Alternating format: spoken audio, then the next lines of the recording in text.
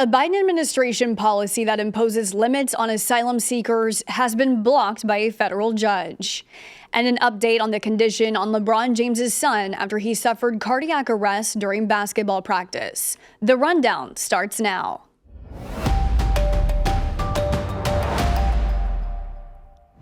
This is Straight Arrow News, bringing you unbiased, straight facts. Today is Wednesday, July 26th.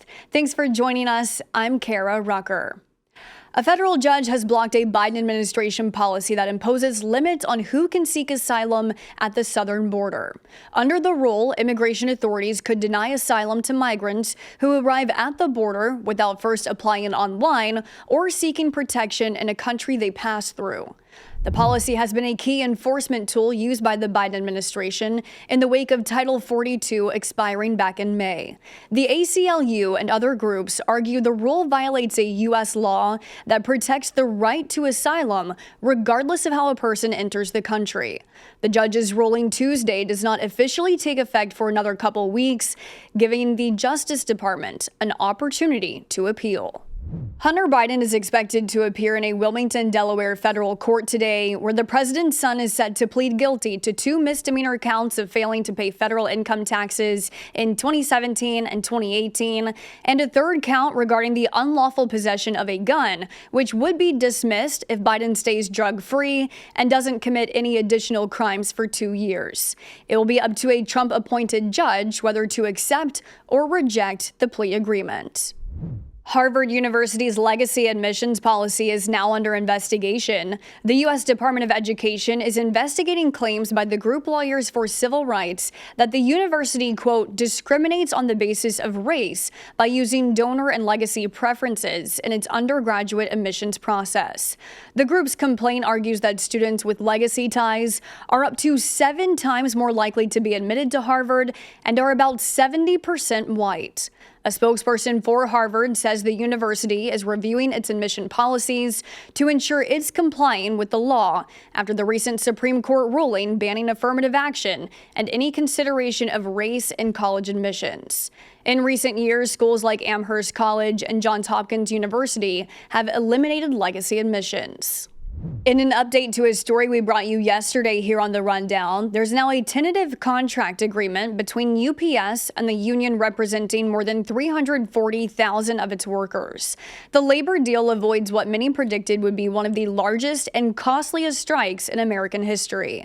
Details in the deal include higher wages for both full-time and part-time employees, and there will be new workplace protections. Part-time workers will get a raise to at least $21 an hour. Full-time workers will average $49 an hour. The Federal Reserve is expected to raise interest rates by 1/4 percentage point today, which would mark the 11th rate hike in the past 12 policy meetings. The projected hike would set the federal funds rate between 5.25 and 5.5%. That would be the highest level since the time of the financial crisis and 2008 recession, although there is little sense that sort of collapse is on the horizon. All eyes will be on Chairman Jerome Powell this afternoon to see if he signals to this being the final rate increase in the Fed's year-long tightening cycle. In the meantime, borrowing costs for homes, cars, and other items will be higher for the consumer under the higher interest rates. The Fed has a target inflation rate of 2%. Right now, the economy is hovering around 3%, according to the latest Consumer Price Index, which is still well above what the Fed is aiming for. You can read more about what this means for you from our business correspondent, Simone Del Rosario, right now on SAN.com. The family of Bronny James, the 18-year-old son of NBA superstar LeBron James, has given an update after the teen suffered cardiac arrest on Monday during basketball practice at the University of Southern California. A family spokesperson says the college freshman is now out of ICU and is in stable condition following the health scare. In an interview last year, LeBron James said he wouldn't retire until his son Bronny James made it to the NBA so they could play on the same team. The family spokesperson says the family is asking for privacy and thanked the medical staff at USC. Those are your top stories this morning. Thank you for choosing SAN as your trusted source. Be sure to check out more of our work at straightarrownews.com.